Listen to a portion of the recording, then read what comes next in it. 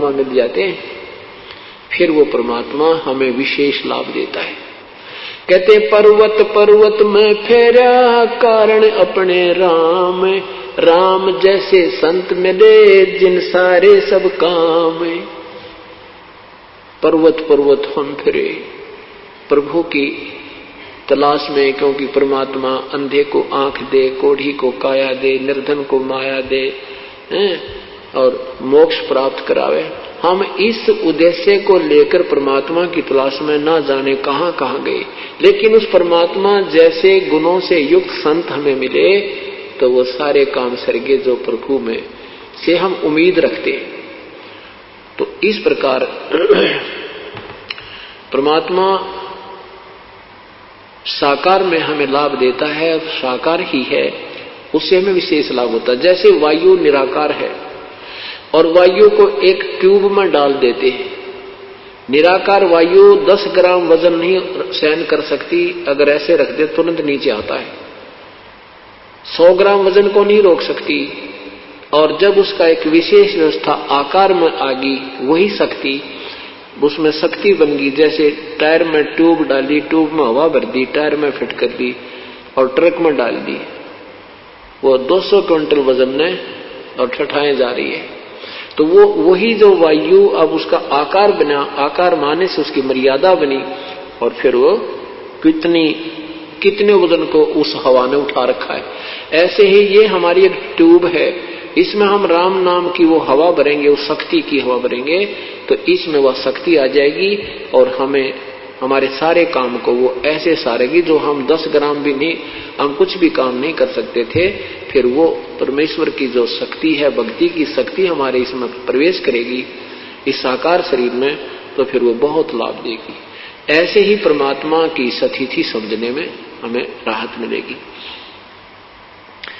परमात्मा साकार है, हमें दिखाई क्यों नहीं देता?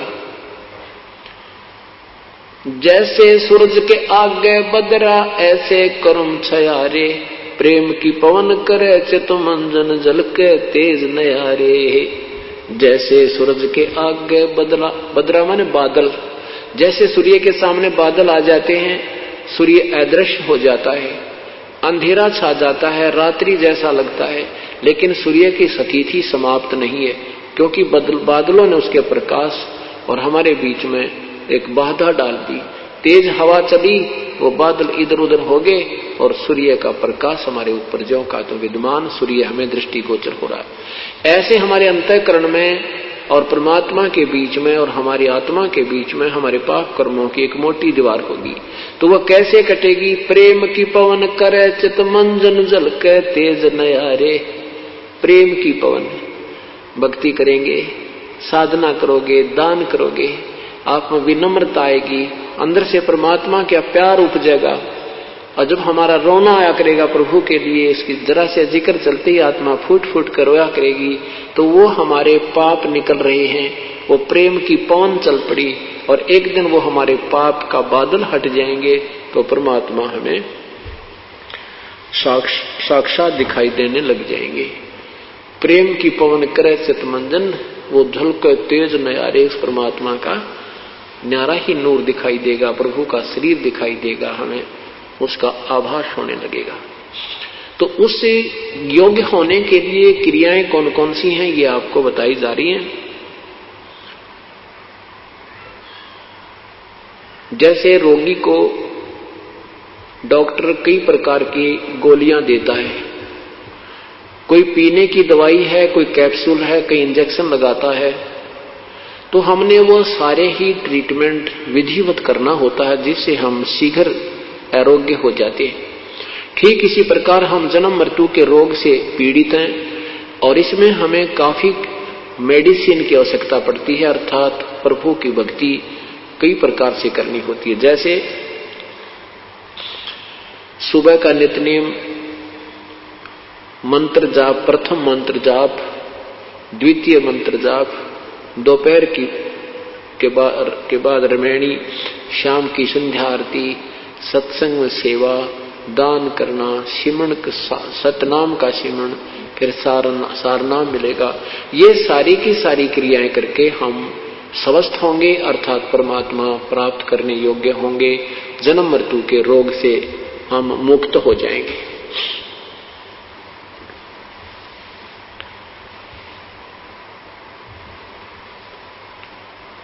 अब जो साधनाएं हम सुना करते थे, ऋषियों संतों को देखा करते थे, कैसे कैसे वो साधना करते थे, कोई कुछ करता है, कोई कैसे साधना बताते थे, कोई ऊपर ने पैर करके, कोई धूने ला के, कोई किसी प्रकार से कर रहा है, कोई किसी प्रकार से कर रहा था, तो वो साधनाएं ठीक नहीं थी। वो साधनाएं मनमुखी थी जो हमारे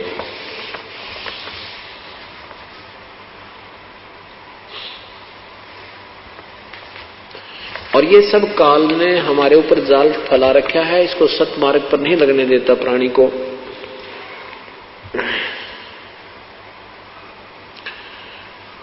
इस वास्तविक विधि न प्राप्त होने से संतों और पंथों की कैसी दुर्गतियां रही। आदमी गरीबदास साहिब की अमरवाणी तर्क माया का ग्रंथ तर्कवेदी आपको सुनाते हैं। पांडे वेद पढ़े क्या होई, घट अंदर की खबर न जाने, दौरा लूटे तो ही। एक गुदरी एक धागा, पांच तरंग भी ना बागा, हाड चाम का सकल पसारा, सब घट एक बोलन हारा। ब्रह्म वेद भूलो मत कोहू, सब घट एक गुद्दा लोहू। भगद्वारे सब आवे जाही, ऊंच नीच कहां भिन्न बताही। आपको माया का ग्रंथ सुनाते हैं।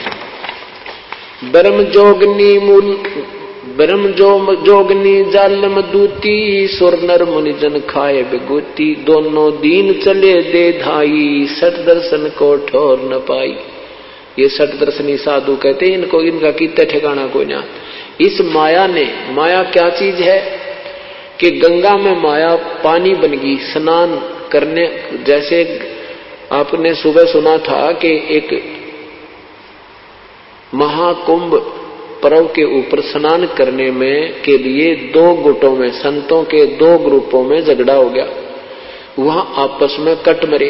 तो वहां माया ने उस गंगा के पानी का रूप धारण कर लिया। वहां वो गंगा का पानी माया बन गई, अर्थात वो जाल बन गया, उनके विनाश का कारण बन गया। प्रथम स्नान करने के ऊपर ही वो विनाश कर बैठे। क्या बताते हैं?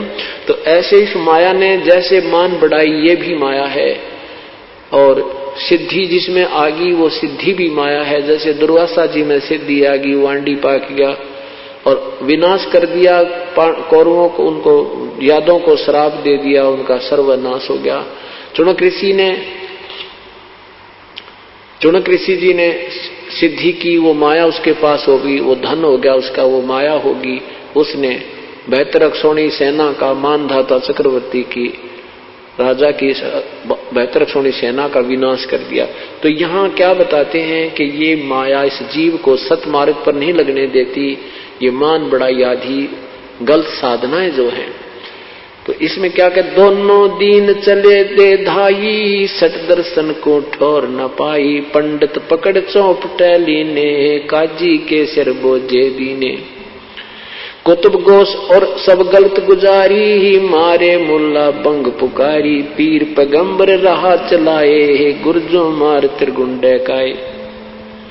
क्या बता रहे हैं कि ये जितने भी साधक हैं, जैसे पंडित जी अपनी क्रियाएं करते रहे, श्राद्ध निकलवाते रहे, तुम्हारे हवन होम कर देंगे, फलान कर देंगे, ये साधना शास्त्र अनुकूल नहीं थी। तो वो स्वयं भी विनाश को प्राप्त हुए, यजमान अपने अनुयायियों को भी नरक ले गए। ऐसे ही काजी और मुल्ला जो हैं, ये भी शास्त्र विरुद्ध साधना कर और करवा रहे हैं। इन सब को परमात्मा सबके विषय में बता रहे हैं। जालम जोगनी ऐसा कीन्या, मोहम्मद का सब मजहब छीन्या। नेम नमाज करें थे रोजा, जिनके कहीं न पाए खोजा। जैसे नेम नमाज, नेम होते नित्य नियम जो करें हैं, जैसे गीता जी का नित्य पाठ करना, उधर से 5 बार नमाज करने वाले कहते हैं ये कहीं स्वर्ग पुर्ग में नहीं पहुंचते, इनकी किताब खोज भी ना पाती, ये अपने मन में अपने आप प्रसन्न है, लेकिन ये शास्त्र विरुद्ध साधना होने से ठीक नहीं है। नेम नमाज करें थे रोजा, जिनके कहीं न पाए खोजा, मारे वृत्त ब्रह्म आचारी, धाम पुजाए सिर देखारी। ये धाम पूजनीय भी कहते, इनके ऊपर भी भार है, ये मुक्त नहीं होते। जिन सिर जटा बहुत थी लंबी, मारे नागा मुनियर बम्बी, चुंडत मुंडित सबे सिंघारे, जो धूमी 5 लगावत हारे। क्या बताते हैं कि जिनके सिर पर लंबी लंबी बाल थे, ये ऋषि महर्षि दिखे बड़े बड़े, और जिन्होंने या घोटम घोट करा रखा, कभी बाल कटवा के बिल्कुल कोरा कचकोल कड़ा रखा, कहते इस तरीके से भगवान नहीं मिलता। वो विधि वास्तविक साधना है तो सबका आध्यात्मिक लाभ प्राप्त हो रहा आपको, नहीं तो इन बनावटी ऊपर के जो दिखावटी बातों में इससे कोई लाभ नहीं। क्या बताते हैं, जिन सिर जटा बहुत थी लंबी, मारे नागा मुनियर बम्बी। नागा जो निवस्त रहते हैं, और ये मुनिवर, ये सारे के सारे खत्म कर दिए इस काल ने। चुंडित मुंडित सभे सिंघारे, जो धूमी 5 लगावत हारे। जो 5 धूने हारे लाया करते ना चारों तरफ बैठकर, और बीच में बैठकर जेठ में 40 दिन तपे, कहते ये सब विनाश का कारण है, ये भक्ति नहीं है, इनका ड्रामाबाजी है, ये काल ने उलझा रखे। उर्दमुखी मारे बहुमोनी, भवसागर आए फिर जूनी, मारे बनखंडी निर्वाणी, सिरधर शीस दुहाए पानी। जो ऊपर ने उर्दमुखी अर्धमुखी नीचे को पैर, सिर करके ऊपर ने पैर रखा करते, ऐसी साधना की। कहती है सब, और जो मौन रखते हैं ये भी बनखंड में चले जाते हैं, निर्वाण धारण करके, वैराग धारण करके, कहते वो भी मुक्त नहीं हुए। ज्ञानी गुणी मुनि बहु मोहे, 2 पाटों बिच मीही जोहे, मारे विरक्त ब्रह्म ज्ञानी, बहुर पड़े हैं चारों खानी। उदासी मारे निर्मोही, पकड़ चौपट धोवट धोई, उन्मुन रहते रखते काया, जिनको धक्के दीने माया। त्रिकाली करते स्नाना, ते नर कीने शुक्र समाना। इस काल में कहते हैं जो 3-3 बार स्नान करा करते और भक्ति करते थे, कहते वो साधना शास्त्र विरुद्ध होने से वो गधे और कुत्ते बने, सुअर बने। त्रिकाली करते स्नाना, ते नर कीने शुक्र समाना, जो नर अंग लगावत छारा, ते आने तिरगुण व्यवहारा। जो शरीर पर राख लपेट कर शरण हो गए तो बड़ा ओलिया है, ये साधु बड़ा महापुरुष है, कहते हैं वो सब 84 लाख योनियों में गए। मारे चारों वेद वकंता, जो नर 18 पुराण अकथनता, जिनके कानों मुद्रा भारी, ते माया ने कीने गरबारी।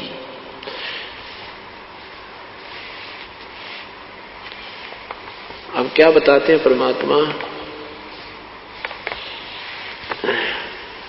इंद्रिय जीत रति कर डारे, जिनके मोंढे कीने कारे, चुंडित मुंडित गुफा धारी, जिनको जोग निम लागी प्यारी। नागा नगन रहे बन माही, सो 2 जग की राह चलाही, बन बस्ती के सभी मारे, धर्मराय की नगरी डारे।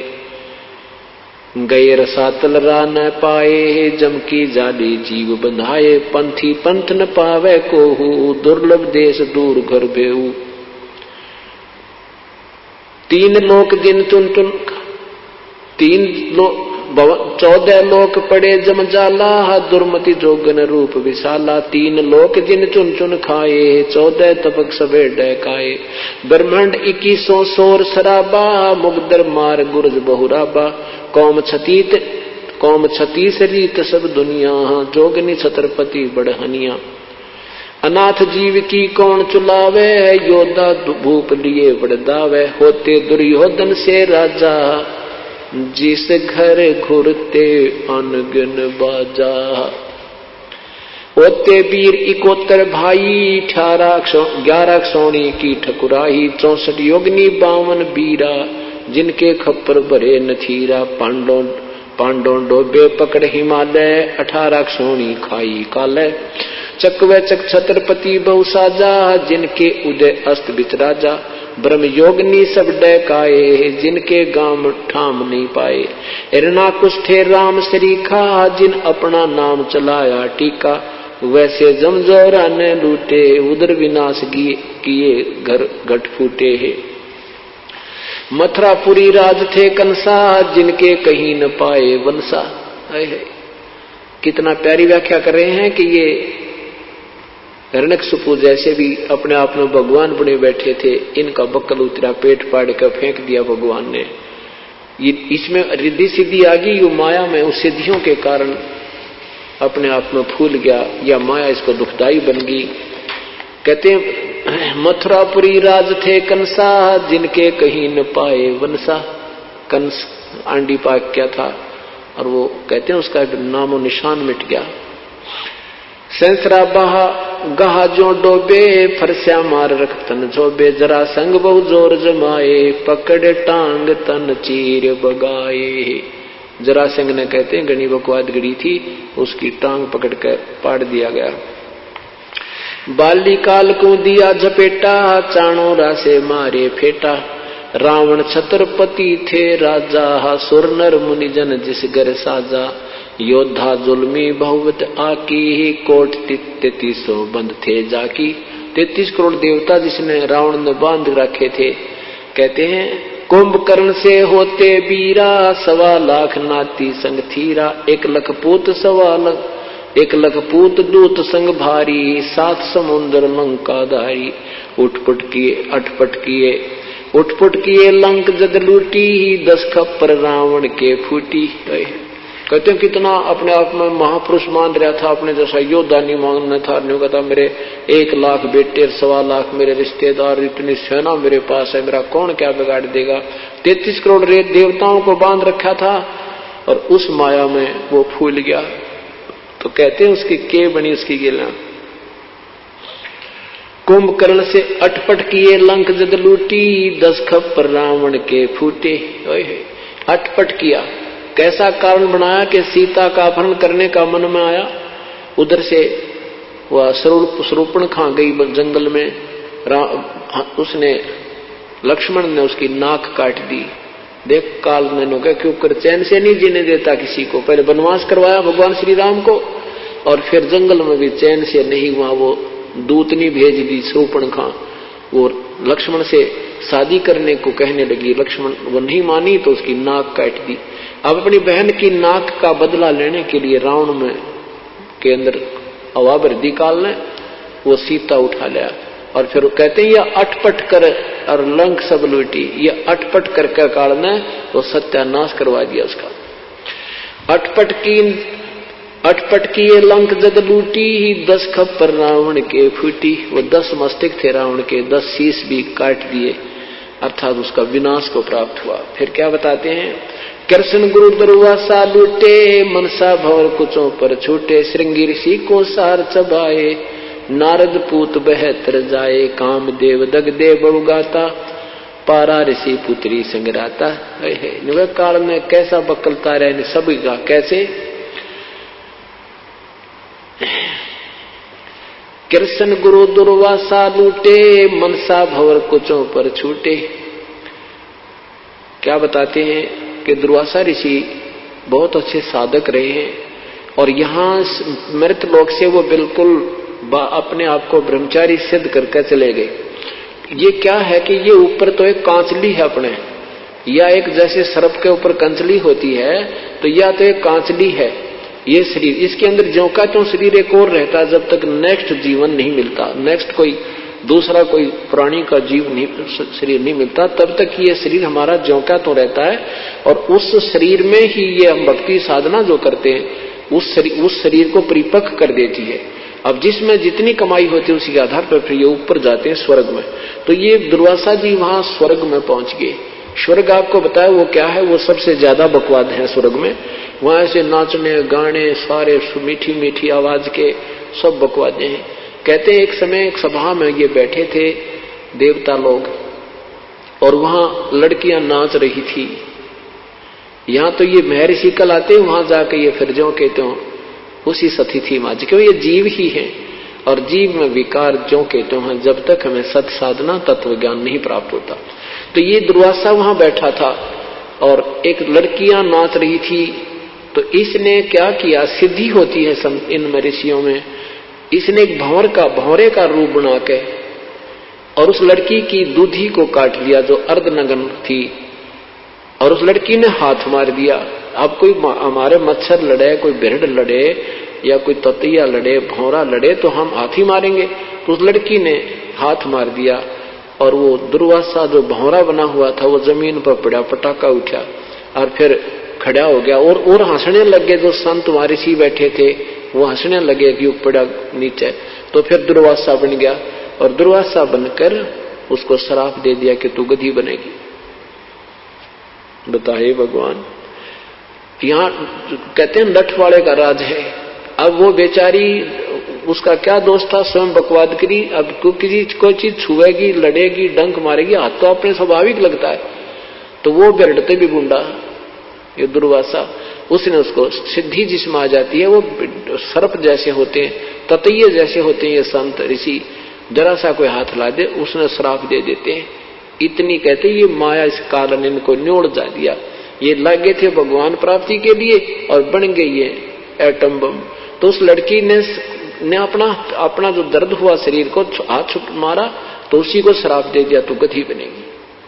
तो परमात्मा कहते हैं कर ले इनका के करार, फिर आप क्या बनेगा। ये ऐसे कुक्रम करके ये भी 84 लाख योनियों में दुर्वासा जाएगा जब इसकी बैटरी डिस्चार्ज हो जाएगी जो उसने साधना कर रखी है। तो क्या बताते हैं, दुर्वासा कृष्ण गुरु दुर्वासा लूटे, मनसा भंवर कुचों पर छूटे। इसकी इनकी जो गंदी वृत्ति थी उस लड़की की बुद्धि के ऊपर बकवाद के लिए गई तो उसने हाथ मारा और नीचे गिर गया। तो कहते हैं कृष्ण जी के भगवान विष्णु यानी कृष्ण के गुरु भी दुर्वासा के साथ भी ये व्यवहार हुआ, उसकी भी इतनी गंदी नीयत है। तो यह माया कहते हैं यो काल किसने बख्शेगा। क्या बताते हैं, श्रृंगी ऋषि को सार चबाए, नारद पूत बहतर जाए, कामदेव दगदे बहुगाता, पारा ऋषि पुत्री संगराता। इन महापुरुषों की हिस्ट्री खोला गरीबदास भगवान, गरीबदास साहिब जी कि ये तुम क्या मानते थे, ये थे क्या अंदर से। क्या बताते हैं कि श्रृंगी ऋषि को सार चबाए, एक श्रृंगी ऋषि थे, साधना करने के लिए जंगल में बैठ गए। ये मनमुखी साधकों के लक्षण बताते हैं। शास्त्र विधि को त्याग कर जो मनमानी पूजा करते हैं, बहुत ये क्या करते थे कि अभी भक्ति करेंगे उससे पहले शरीर को साध लेते हैं ताकि कम आहार की आवश्यकता पड़े, कम विहार की आवश्यकता। इस प्रकार काफी एक प्राणायाम आदि करके एक नाभि के पास, नाभि जो अपनी सूंडी है, इस नाभि है, नाभि के सब नाड़ियां नाभि से संबंधित हैं और इन नाड़ियों के नाभि की नाड़ियों को एक नाड़ी और है, इसको नागनी बोलते हैं, नागफनी। उस नाड़ी ने इस नाभि की सभी नाड़ियों को ऐसे लपेटा ला रखा है जैसे सर्प लगा दिया करे और उसके ऐसे ढाई लपेटे हैं और वह शेष वो नागनी वो ऐसे एक आंतड़ी है नाग जैसे फुन वाली, उसकी 2 फुन है, वो ऐसे रहती है। और जो हमारे शरीर में एक अमृत बनता है वो अमृत को पीती है और श्वास से खड़ी रहती है। तो ये प्रणाम कर करके क्या करते हैं, उस नागनी को ढीला कर देते हैं। प्रणाम कर करके वो नागनी को जो है ना मुरझा जाती है और वो अमृत जो है शरीर में प्रवेश करने लग जाता है। हमारी ये तालू है, तालू के ऊपर एक जैसे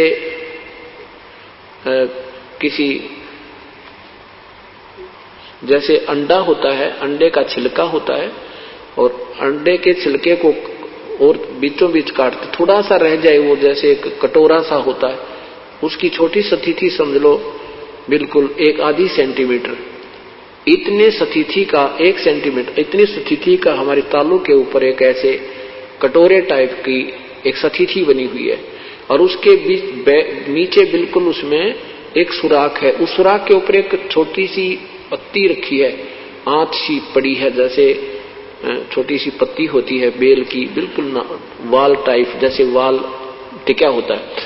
तो इस तालु का अभ्यास करने से, ऐसे जो खेचरी मुद्रा लगाते हैं, तो उससे क्या होता है कि वो जरा सा तालु उसके जो उस अमृत को रोके हुए होता है वो थोड़ा सा खिसक जाता है, वो फिर नीचे आता है, नीचे आकर के फिर ये नाभि पर आता है। और नाभि अगर वो नागनी ना पीवे, वो नागफणी नहीं पीवे, तो ये सारा उसी अमृत से इस शरीर में इतना जो न सरूर सा हो जाता है कि भूख लगनी बंद हो जाती है और निंद्रा आनी बंद हो जाती है। तो उसके अभ्यास में भी हमें कम से कम 20 वर्ष लग जाए उसको प्रफुल्लित करने में। ये पुराने समय के काम हैं, ये लगे रहते, थाली बैठे थे ऋषि लोग, लाखों वर्ष की उम्र होती थी, ये बकवादा में लगे रहते।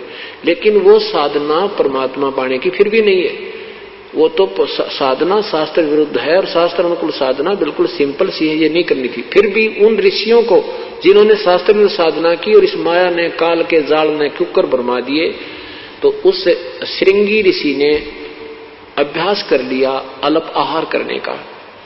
पहले आहार अपना साधना की, शरीर को सोधा ऐसे, और फिर इतनी साधना कर ली कि दिन में एक बार एक वृक्ष की छाल के ऐसे जीभ लगाता, उसी से तृप्त हो जाता और वहीं बैठा उसकी तरफ मुख करके अपना वो ध्यान लगाता रहता। एक दिन वो श्रृंगी ऋषि अयोध्या के पास आ गया। अयोध्या के पास जंगल में, बिल्कुल निकटतम जंगल में, नगर के आसपास जो सब ने दिखाई दे, रास्ते के आसपास ही बैठ गया।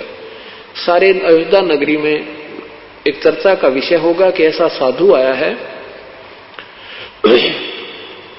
1 महीना हो गया है, बिल्कुल आहार नहीं करता, एक बार वृक्ष के छाल के ऐसे जीभ से चाटता है, सारा दिन ऐसे बैठा रहता है।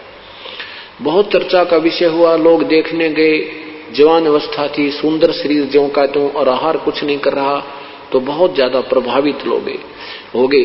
राजा दशरथ की बेटी शांता, जो श्री रामचंद्र से बड़ी थी, रामचंद्र हर तो फिर बाद में हुए हैं, बहुत बाद में, वो शांता जो है जवान थी, उसके बाद कोई पुत्र नहीं था, कौशल्या की पुत्री थी वो।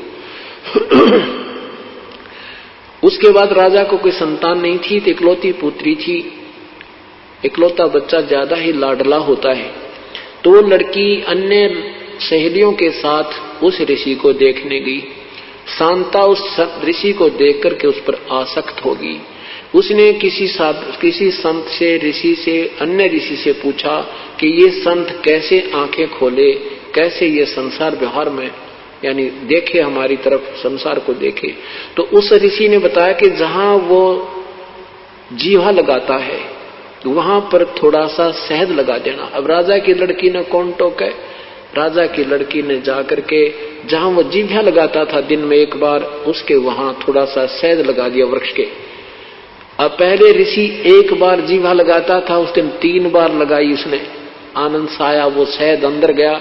अगले दिन फिर लगा दी, तीसरे दिन ऋषि ने आंखें खोल ली और शांता खीर बनाकर लेके पी थी।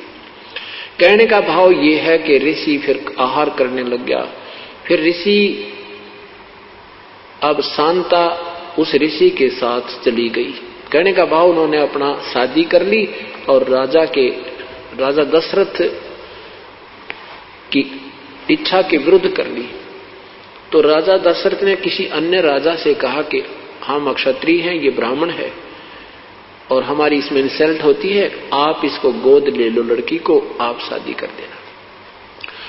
कहने का भाव ये है कि परमात्मा क्या बताते हैं, श्रृंगी ऋषि को सार चबाए, नारद पूत बहतर जाए। अब परमात्मा कहते हैं जब तक अपूर्ण संत पूर्ण परमात्मा की शरण में आकर विधिवत साधना नहीं करोगे, यू काल न्यो नचाए जागा तुमने। क्या बताते हैं, एक बार नारद जी जंगल में साधना करने चले गए। 12 वर्ष तक बैठकर खूब तप किया। मन में मान लिया कि हमने सब इंद्रियों पर काबू कर लिया। अब जंगल में आदमी अकेला रहे, वृक्ष दिखे, पत्ते घास फूस खावे, आप पे यू मन बकवाद करने तो चुप हो जाता, यू दड़ मार जा, ये बिल्कुल दुबक जाता है और फिर ज्यों का त्यों तैयार हो जाता है। ये अनजान ऋषियों को ज्ञान नहीं था। 12 वर्ष के बाद नारद जी आए।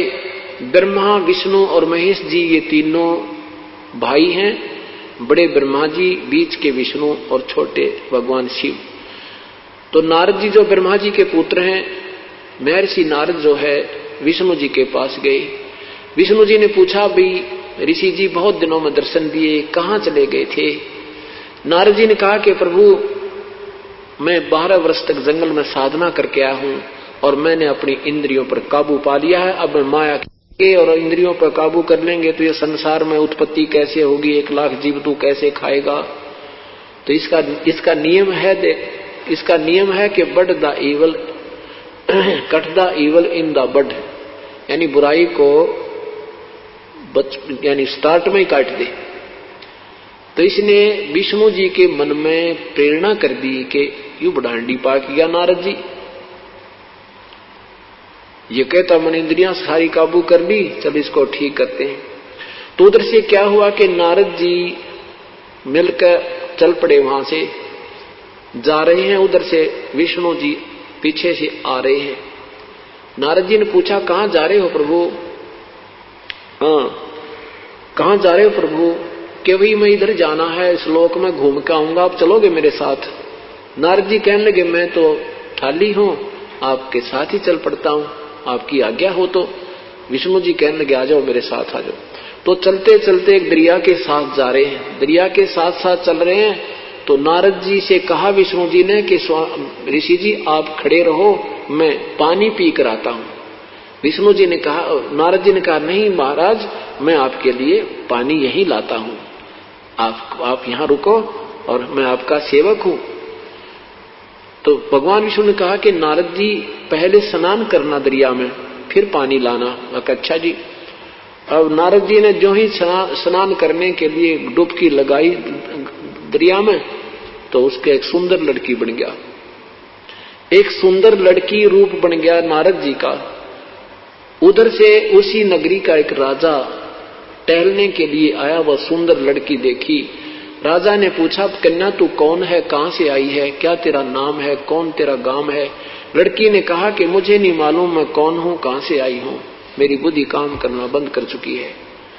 राजा ने उस लड़की को अपने साथ लिया, घर ले आया, पटरानी बना दी। कहते हैं 72 संतान हुई उसके, और फूली नहीं समावे, पोते और पोती हो गए, ठाठ हो गए, और फिर फूली नहीं समावे, और खूब मेरे तो बढ़िया कोई नहीं, मेरी इतनी संतान है। फिर क्या होता, उस राजा का किसी दूसरे राजा से युद्ध हो जाता है, और उस राजा ने पूरे के पूरे परिवार का विनाश कर दिया। उसके पुत्र भी मारे गए, युद्ध में गए थे, राजा भी मर गया, कोई शेष नहीं बचा। वो बुढ़िया हो रही थी, वो नारद से बनी औरत। तो उसने सोचा, रो रो के बुरा हाल कर दिया, सारे बाल पाड़ दिए, नो रो रो कर टक्कर मारे। उसने सोचा अब तू आत्महत्या कर ले और तेरे पास शेष नहीं रहा कोई चीज। तो वो बुढ़िया जो नारद बुढ़िया बनी थी, जाके उस दरिया में सुसाइड करना चाहा, आत्महत्या करने के लिए छलांग लगाई, तो ऊपर एकदम नारायण और नारद बना दिया, नारायण नारायण करता हुआ बाहर आया। उधर से भगवान खड़े खड़े मुस्कुरा रहे हैं। विष्णु जी कहते हैं, अरे नारद बहुत देर लगा दी, मैं तो बहुत प्यास लगी है, जरा पानी ला, शीघ्र ला। और नारद का सबकी बंदरी, जैसे सपने में कोई ऐसी दुर्घटना महसूस हो जावे और ऐसा रोया कर आदमी और जाग जाना, सपन टूट जा तो भी उसको ऐसे महसूस होता जैसे अभी वो तेरे साथ कोई बुरी घटना घट रही है। अब नारद जी के पसीने आ रहे, ये भगवान वो मैं तो ऐसा बुरा हाल हो रहा था, मेरी तो इतनी संतान थी वो मर गई सारी। तो फिर जान गया भगवान हंस रहे खड़े खड़े। तब विष्णु जी ने कहा कि तूने क्या था, मैंने सारी इंद्रियां बेकाबू कर दिया। तब नारद जी बोले, भगवान आप तो कसूते हो। तो कहने का भाव यह कहते हैं कि श्रृंगी ऋषि को सार चबाए, नारद पूत 72 जाए। कामदेव दगदे बहु गाता, पारा ऋषि पुत्री संगराता। एक पाराशर नाम के ऋषि, शादी होगी, शादी हुई, शादी होते ही अपनी पत्नी को छुआ तक नहीं और कहा मैं तो जंगल में तप करूंगा। अब उसकी पत्नी कहती है कि आप अच्छे महापुरुष हो, आज शादी हुई है, अब तू घर छोड़ के जा रहा है, या तो शादी ना करवाता या बाद में करवा लेता। तो कहता है कि पहले मैं तप करके आऊंगा, साधना करूंगा, अच्छी संतान उत्पन्न होगी, ये करके बहाना चल पड़ा। तो फिर कहा कि मैं जब कुछ साधना कर लूंगा तेरे पास बीज शक्ति भेज दूंगा, तुझे गर्व रहेगा। अपारा ऋषि ने 10 वर्ष 11 वर्ष साधना की, एक कव्वे को अपनी बीज शक्ति दे दी कि तू ले जाकर मेरी पत्नी को देना। एक सिद्धि होती है। वो कौवा उसको एक पत्ते में लिए हुए आ रहा था और एक दरिया के ऊपर से जा रहा था। कौवे के मुख से वो पत्ता छूट गया और वो शक्ति जो है एक मछली ने खा ली। उस मछली के अंदर एक लड़की बन गई। वो लड़की को एक धीमर ने, मछियारे ने, और वो बोटिंग का भी काम करता था, नाविक ने, वो मछली धीरे धीरे काटी। उसको पता होता है उनको कि इसमें कोई वस्तु मिल जाती है, तो उसमें एक लड़की, बिल्कुल लड़की पाई और उसका फिर उसने अपनी पुत्री की तरह उसकी परवरिश की। जब वो लड़की 12-13 वर्ष की होगी, एक वर्ष के बाद उसने 2 वर्ष के बाद वो भी शक्ति भेज दी। तो जब वो लड़की 13-14 वर्ष की होगी, उधर से ऋषि अपनी साधना करके वापस आ रहा है। उस दरिया के किनारे आके खड़ा हो जाता पाराशर ऋषि। उस समय वो लड़की जो है, जो पाराशर ऋषि की ही बेटी समझो, जो उसी की बीज शक्ति से मछली के अंदर उत्पन्न हुई थी, वो लड़की अपने मछियारे पिता की रोटी लेकर आई हुई थी, वो नाविक की, मल्लाह की, और वो मल्लाह रोटी खा रहा था। पाराशर ऋषि आया, उसने कहा कि मल्लाह मुझे पार करो, शीघ्र जाना है। उस मल्लाह को पता था कि इधर जो वन से संत आते हैं, ऋषि आते हैं, ये तोब बनकर आते हैं, ये साधना करके आते हैं, इनमें सिद्धियां होती हैं, और जरा सी इनकी बात की अवहेलना होगी तो ये श्राप दे देते हैं। तो उसने कहा महाराज मैं तो खाना खा रहा हूं, जरा सा आप इंतजार करो। तो उसने कहा कि नहीं, मुझे इतना समय नहीं है। तो उसने कहा बेटी, अपनी पुत्री से कहा कि जा बेटी तू ऋषि को दरिया से पार करा, नौका चला ले जा। अब जब दरिया के बीच में जब जा ली नौका, तो वो ऋषि के मन में खोट आ गया युवा लड़की देख के। अब बदमाशी करनी चाहिए, तो लड़की ने कहा हे प्रभु, चारों तरफ सब दुनिया देख रही है, मेरे पिता देख रहे हैं, क्योंकि वो डर रही थी बेटी कि ये कहीं निकम्मा शराब भी दे दे, इनसे इतना भी डर लगता था। अपनी बचाव करना चाहती है। तो ऋषि ने क्या किया, वो सिद्धि तय जल उठाया और चारों तरफ धुंध कर दी और अपना मुंह काला किया। अब क्या बताते हैं परमात्मा, ताहू के बिंद से उसका नाम फिर मछोदरी रखा हुआ था, और उस मछोदरी फिर उस लड़की से फिर व्यास जी उत्पन्न हुए। उस लड़की को जो पाराशर से गर्भ रहा तो वेद व्यास जी उत्पन्न हुए। तो यहाँ गरीबदास साहिब कहते हैं ताहू के बिंद से वेद व्यास, ताहू के बिंद से मछोदरी। अरे हाँ महबूब कहता दास गरीब रही कहाँ सोदरी। कहाँ तुम्हारे अंदर ये नेकता रही, उसी अपने बिंद से बेटी बनी मछली में, और फिर उसी से वेद व्यास उत्पन्न हुआ। तो यहाँ क्या बताना चाहते हैं, पाराशर पुत्री संगराता, पाराशर अपनी ही पुत्री के साथ दुष्कर्म किया। ऐसे कहते हैं ये अंतर्यामी बताओ इन, ये बड़े मैं ऋषि थे, ऐसे इनकी बिरान माटियां इस काल में कर रखी हैं। जब तक संत सही नहीं मिलता, साधना सही नहीं होती। कामदेव दगदे बहु गाता, पारा ऋषि पुत्री संगराता। उदालक मुनि ऐसा कीना, जिन जोगनी संग संगम कीना। रामचंद्र होते अवतारी, जिनकी दूतर ले गया नारी। दुर्मति दूती बहुत बढ़ाई, सुर असुरन की राड मंडाई। जिन इंद्रपति जिन इंद्रपुरी के अस्तल लूटे, गुर्जो मार सातल कूटे, गुरु मछंद्र लूटे लोई, रस कुश पिया डारी छोई। कच्छ देश में गोरख हेरे, हम संग सिद्धा लीजय फेरे, गोरख कहे सुनोरी दूती, हम योगी निर्गुण अवधूती।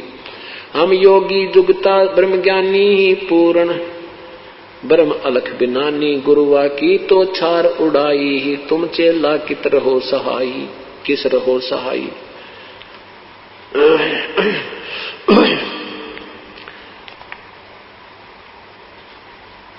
उल्टा बिंद चलाहूं पारा, हम योगी पूर्ण करतारा। यग रची जद पांडो, यग रची जद पांडो, जब यग रची जब पंडो राजा, नौ नाथों नहीं नादू बाजा। सिद्ध 84 सिद्ध रिधि सब मोहे, पूर्ण ब्रह्म ध्यान जो है। कोट 33 यज्ञ के माही, सुर नर मुनिजन गिनती नाई। 56 कोट जहां थे या 56 कोट जहां थे जादो, जिनसे नहीं बाजा नादो। अरबों वक्ता वेद उचारी, ना यज्ञ भाई यज्ञ संपूर्ण सारी। सठ दर्शन की गिनती नाही, अनाथ जीव जी में वो माही। क्या बताते हैं कि जिसमें अब शास्त्र विरुद्ध साधकों और शास्त्रानुकूल साधनों की साधक की तुलना करते हैं, निष्कर्ष दिया है।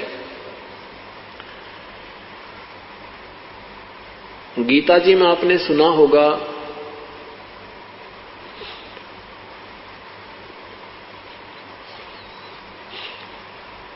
दूसरे अध्याय के 37 और 38 श्लोक में गीता बोलने वाला भगवान कह रहा कि अर्जुन तू युद्ध कर ले, तुझे कोई पाप नहीं लगेगा,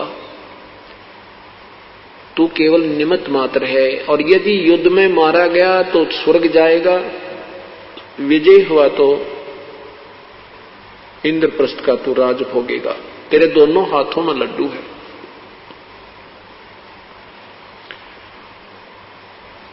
अब फिर क्या होता है कि युद्ध में पांडव विजयी होते हैं, कौरव पराजित हो जाते हैं, विनाश हो जाता है। राजगद्दी पर युधिष्ठिर को बैठा दिया जाता है। युधिष्ठिर जी को बुरे बुरे शोपन आने लग जाते हैं। उसके समाधान के लिए भगवान श्री कृष्ण के पास द्वारका जाते हैं पांचों पांडव, क्योंकि श्री कृष्ण जी पांडव और यादव के गुरु जी थे, धार्मिक गुरु थे, ये नाम उपदेश देते थे। तो कोई समस्या आती है तो अपने गुरुदेव के पास ही जाकर समाधान करवाते हैं।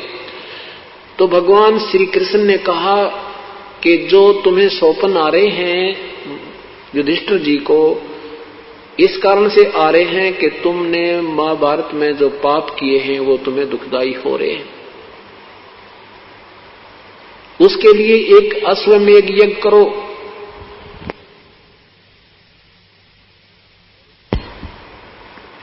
और उसमें सारे पृथ्वी के महापुरुषों को, संतों को, भक्तों को आमंत्रित कीजिए। ज्यादा से ज्यादा जितने जीव आपके यज्ञ में आहार करेंगे उतना ही पुण्य अधिक होगा। और उसमें एक शर्त रखी कि तुम्हारी यज्ञ संपूर्ण होने का एक लक्षण होगा कि एक पंचजन, एक पांच मुख का एक शंख रखा जाएगा एक सुसज्जित स्टेज पर, और जब सभी भोजन खा लेंगे उस यज्ञ में वो शंख अपने आप आवाज करेगा। अगर उस शंख ने आवाज कर दी तो तुम्हारा यज्ञ संपूर्ण हुआ, और शंख नहीं आवाज करेगा तो यज्ञ संपूर्ण नहीं होगा, तुम्हें कोई लाभ नहीं होगा। उसके लिए दूर दूर से साधु संत बुलाओ और किसी महापुरुष के भोजन खाने से वो शंख आवाज करेगा। अब यहां अर्जुन देखता है कि भगवान गीता का ज्ञान देते समय तो कह रहा था तुम्हें कोई पाप नहीं लगेगा, अब कह रहे हैं कि तुम्हें वो युद्ध में किए हुए पाप ही दुखदाई हो रहे हैं। इस यज्ञ में करोड़ों रुपए लगना था, और भाई युधिष्ठिर का दुख निवारण तब होना था। अब अर्जुन के मन में आता है कि भगवान तब तो कह रहे थे कि तुम्हें पाप नहीं लगेगा, आज कह रहे हैं पाप लगेगा। अब मैं इसे प्रश्न करूंगा तो भाई ये सोचेगा कि ये लाखों करोड़ों रुपया लगता दिखाई देता है, अर्जुन बौखला गया है और वाद विवाद कर रहा है, कहीं ये मेरे इस इलाज में प्रसन्न ना हो। और अर्जुन को पता था कि युधिष्ठिर ऐसी नेक आत्मा है, अगर इसको जरा भी आभास हो गया कि मैं ये प्रश्न करूंगा और ये महसूस कर जाएगा कि पैसे लगते दिखें, इसलिए ये भगवान से वाद विवाद कर रहा है, तो वो चुप हो गया कि मैं अब नहीं बोलता। अब अगर मैं पूछूंगा कि आप क्या कह रहे थे कि आप तुम्हें पाप नहीं लगेंगे, आप कह रहे हो वो पाप तुम्हें लगे, जबकि मैं युद्ध से मना कर रहा था। अर्जुन नहीं बोला, सब्र किया, संतोष किया, अपने मन को मार लिया, चुप हो गया और कहा प्रभु जैसे तुम कहोगे ऐसा ही होगा। कहते हैं जब यज्ञ का एक स्थान नियुक्त किया, दिन निहित किया भगवान श्री कृष्ण जी ने, भगवान श्री कृष्ण भी उपस्थित हुए, 33 करोड़ देवता, 88,000 ऋषि, 56 करोड़ यादव भी वहां पर विद्यमान थे उस यज्ञ में, और 9 नाथ 84 सिद्ध, ये वशिष्ठ मुनि जैसे महापुरुष ये सारे उसमें विद्यमान थे, 9 नाथ भी विद्यमान थे, गोरखनाथ जैसे 84 सिद्ध भी विद्यमान थे, ब्रह्मा विष्णु महेश श्री कृष्ण आदि भी वहीं पर विराजमान थे, और सबने भोजन खा लिया पर शंख नहीं बजा। फिर किससे वो शंख बजा? उस पूर्ण ब्रह्म के सतनाम सार नाम उपासक, सतनाम उपासक, सत साधना उपासक सुपथ सुदर्शन से द्वापर युग में करुणामय नाम से पूर्ण परमात्मा आए हुए थे। उसमें अपनी सद्भक्ति का मार्गदर्शन कर रहे थे। उसमें एक हंस ने उनको समझा था, जो एक वाल्मीकि घर में जन्म था, नाम सुदर्शन था उनका। सुपथ वैसे कहते हैं जैसे हरिजन कहा करते हैं। तो सुदर्शन जी को बुलाकर लाए थे और उनसे फिर वो शंख बजा था। उसके विषय में जानकारी दी है, क्या बताते हैं?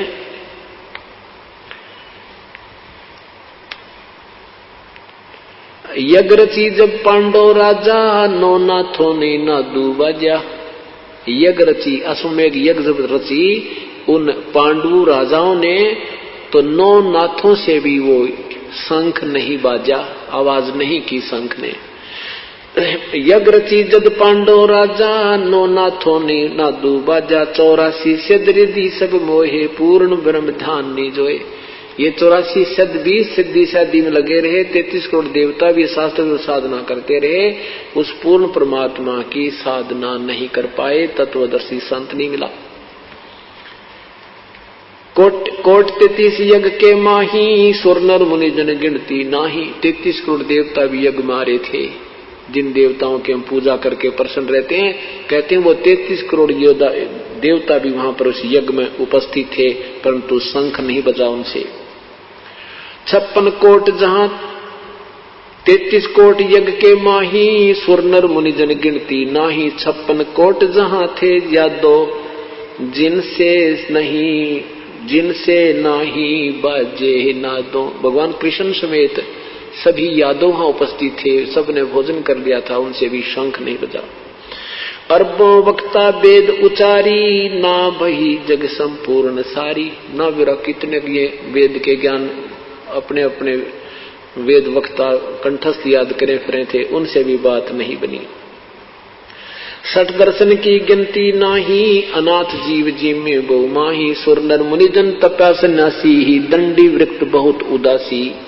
कामधेनु कल्प वृक्षी लाए, 3 लोक के सुर नर आए। 5 पांडव कृष्ण श्री राह, जिनसे यज्ञ भई नहीं थी राह। 5 पांडव भी और कृष्ण भी वहीं पर बैठे थे, उनसे भी यज्ञ नहीं संपूर्ण हुई, उनसे भी शंख नहीं बाजा। तो क्या बताते हैं? एक बाल्मीक नीचे कुल साधु, जिन शंख पचायन पूरे नादू। कितनी प्यारी बात कह दी, निष्कर्ष दे दिया इस पूरे ग्रंथ का, पूरे इस अंग का। एक बाल्मीक नीचे कुल साधु, जिन शंख पचायन पूरे नादू। उस सुपथ सुदर्शन नाम के एक छोटी, जिसको तुम छोटा कुल कहते हो, नीचा कुल कहते हो, लेकिन परमात्मा की दृष्टि में ऊंच नीच नहीं है। अब जो ब्राह्मण लोग 88,000 ऋषि वहां विद्यमान थे, और वहां कहते हैं उस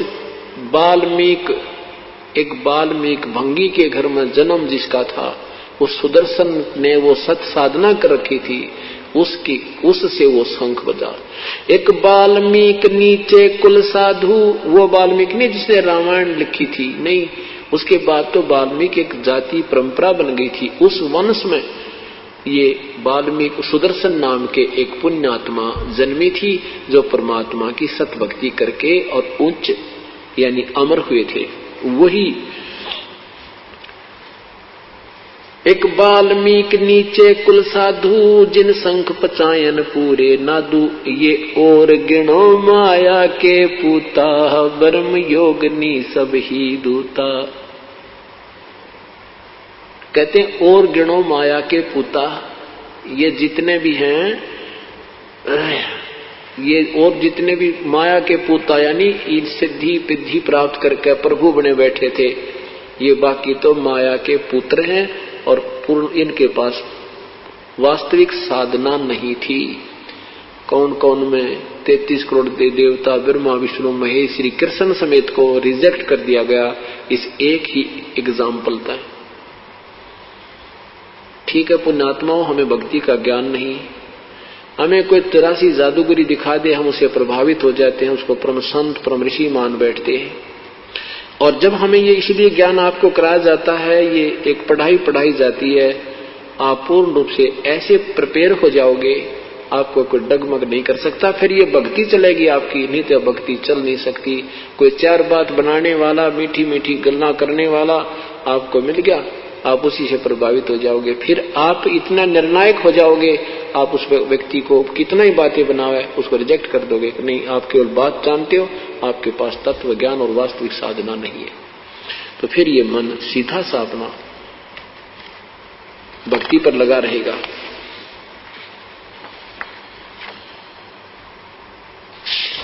क्या बताते हैं,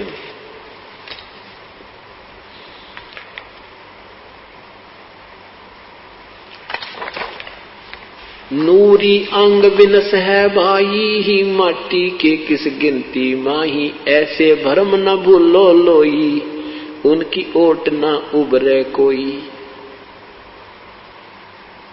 क्या बताते हैं कि जैसे इन ऋषियों का, संतों का, ब्रह्मा विष्णु महेश का शरीर भी नूर का है, इनके शरीर से भी प्रकाश है। अब जैसे प्रारंभ किया था कि सत्य चित आनंद, सत्य चित आनंद माने सचिदानंद।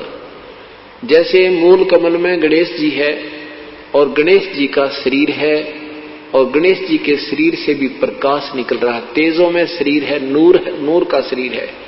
और इस इनके शरीर को अगर ओरिजिनल शरीर को देख ले तो आपकी आंखें फट जाएं, इतने अच्छे लगेंगे वो शरीर में, इतना सुंदर। जैसे अभी हम किसी सुंदर शरीर को देखते हैं, कोई सुंदर वस्तु देखते हैं, कोई अच्छी नई कार देख लेते हैं, उसकी तरफ ध्यान से देखते ही रह जाते हैं।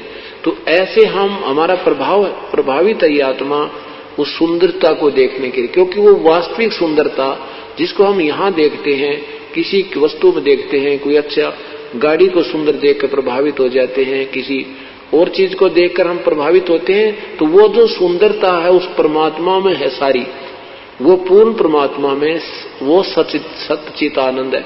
अब जैसे श्री गणेश जी का अगर तुम शरीर देख लो, जो मूल कमल में आपकी दृष्टि कभी चली जा, तो आपकी आत्मा वापस नहीं आ सकती वहां से, इतना अट्रैक्शन हो जाता। क्योंकि हम तो पतंग हैं और वो एक उनमें आकर्षण है, और हमने उस रोशनी की आवश्यकता, उस परमात्मा का जो शरीर हमने देख रखा है, आज हम उसको ढूंढ रहे हैं। अब हमने जो कुछ भी दिखाई देती है, हमें वही दिखता है कि शायद ये भगवान ना हो जिसने हम छोड़ के आए थे, जिसको हम देख देख कर प्रसन्न रहा करते थे। ये पतंग जो दीपक पर गिरते हैं, ये इसलिए गिरते हैं कि शायद ये भगवान है जिसकी हमने तलाश है, जिसको हम तो त्याग आए थे, और वो जलते ही मर जाते हैं।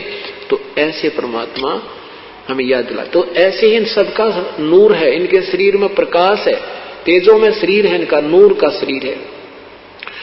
विष्णु जी का, ब्रह्मा जी का, शिव जी का, इनका एक जैसे वाट का शरीर है, इनके शरीर से भी प्रकाश है, इनका लोक भी प्रकाश में है, इनके लोक से भी प्रकाशित है, यानी का लोक में भी प्रकाश है, हीरे में प्रकाश होता है, ऐसे इनके शरीर में प्रकाश है। तो ये नादान संत ना तो कहीं पहुंचे हैं, ये देख लेते हैं।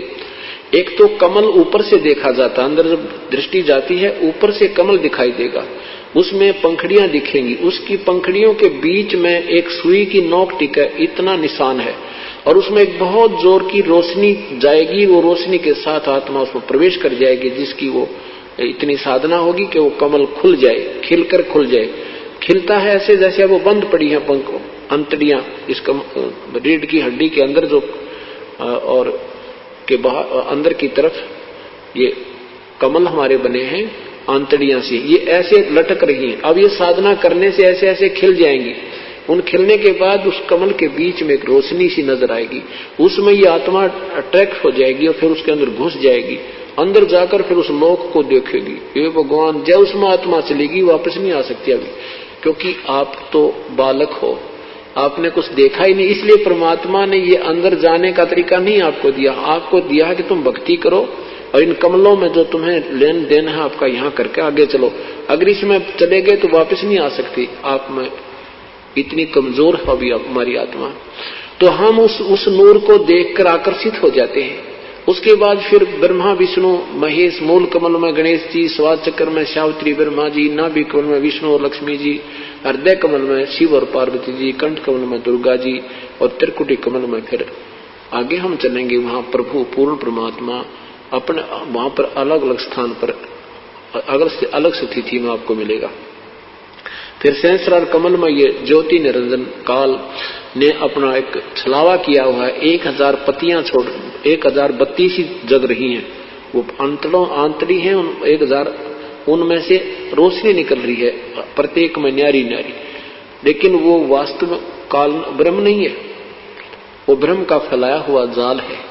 और वहां तक पहुंचने वाले को कुछ क्रेडिट अधिक मिल जाता है, उसको अलग से एक स्वर्ग लोक में, महास्वर्ग के अंदर एक अलग स्थान बना रखा है, वहां बहुत लंबे समय तक वो रह जाता है। ऐसे ही इसने अपनी वो सतिथि बना रखी, जैसे पर्वत पर चढ़ते हैं पर्वतारोही, अब वो वहां डड़े ढोरे हैं, वहां चढ़ते हैं, उस जो चढ़ जाते हैं उनको सरकार इनाम दे देती है, कितने नौकरी लगा देती है, इस करके। ऐसे ये जो साधना है इनका ये फल है।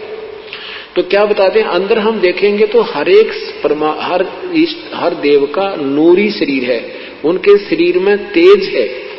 तो जैसे सच्चिदानंद की व्याख्या शुरू की थी, अब वही समाप्त करते हैं कि जब हम ब्रह्मा विष्णु महेश का शरीर देखेंगे वो भी नूर का है, लेकिन उनका नूर ज्यादा नहीं है।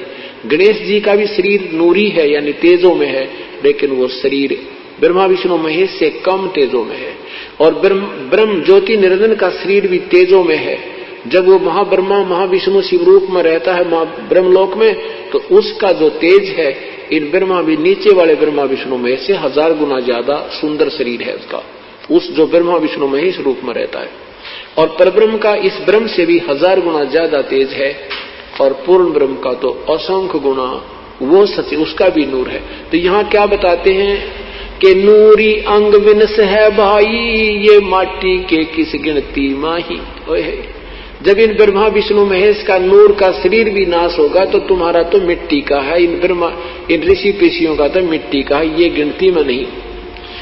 ऐसे भरम न भूलो भाई, उनकी ओट न उबरा कोई, ऐसे भरम न भूलो लोई, उनकी ओट न उबरा कोई। क्या बताते हैं कि तुम इन देवी देवताओं के चक्कर में मत पड़ो, इन ब्रह्मा विष्णु महेश तक की साधना के चक्कर में मत पड़ो। इनकी ओट में, इनकी साधना में, इनकी शरण से किसी का उद्धार नहीं हो सकता। और वही पवित्र गीता जी कह रही है 37वें अध्याय के 12 से 15 श्लोक में कि इन तीनों गुणों के द्वारा, ब्रह्मा विष्णु महेश के द्वारा जिनका ज्ञान हरा जा चुका है, और ये राक्षस स्वभाव को धारण किए हुए मनुष्यों में नीच दुष्कर्म करने वाले मूर्ख मुझे भी न बचते, अर्थात इनकी साधना ठीक नहीं। और अन्य देवी देवताओं की पूजा, यानी ब्रह्म से अन्य, ब्रह्मा विष्णु महेश भी अन्य देवताओं में आते हैं। गीता जी के 7वें अध्याय के 23-24 20, 21, 22, 23 में स्पष्ट किया है कि ये मंदबुद्धि लोग, ये बुद्धिहीन लोग इन अन्य देवताओं में इन्हीं से मिलने वाली राहत पर आसक्त रहते हैं। ये इनका इनकी साधना से इनको कोई लाभ नहीं होता, जीवन व्यर्थ होता है। तो यहाँ वही परमात्मा ये सिद्ध कर, आदरणीय गरीबदास साहब सिद्ध करना चाहते हैं कि इन ऐसे कर्म न, ऐसे भरम न भूलो लोई, इनकी ओट न उबरे कोई, यादव 56 कोट सिंगारे, करी ठगोरी छिन में मारे। 5 तत्व 3 त्रिगुण की पूनी, आए ब्रह्मा विष्णु महेश्वर जूनी। ये ब्रह्मा विष्णु महेश भी कहते जन्म मृत्यु आए। 8 सिद्धि 9 निधि मन के पोए, है जा पर ब्रह्मा विष्णु महेश्वर रोहे। 9 अवतार पार ना पाए, ब्रह्म योगनी सब डकाए। कृष्ण विष्णु कन्वा भगवाना, ब्रह्म योगनी संग खिलाना।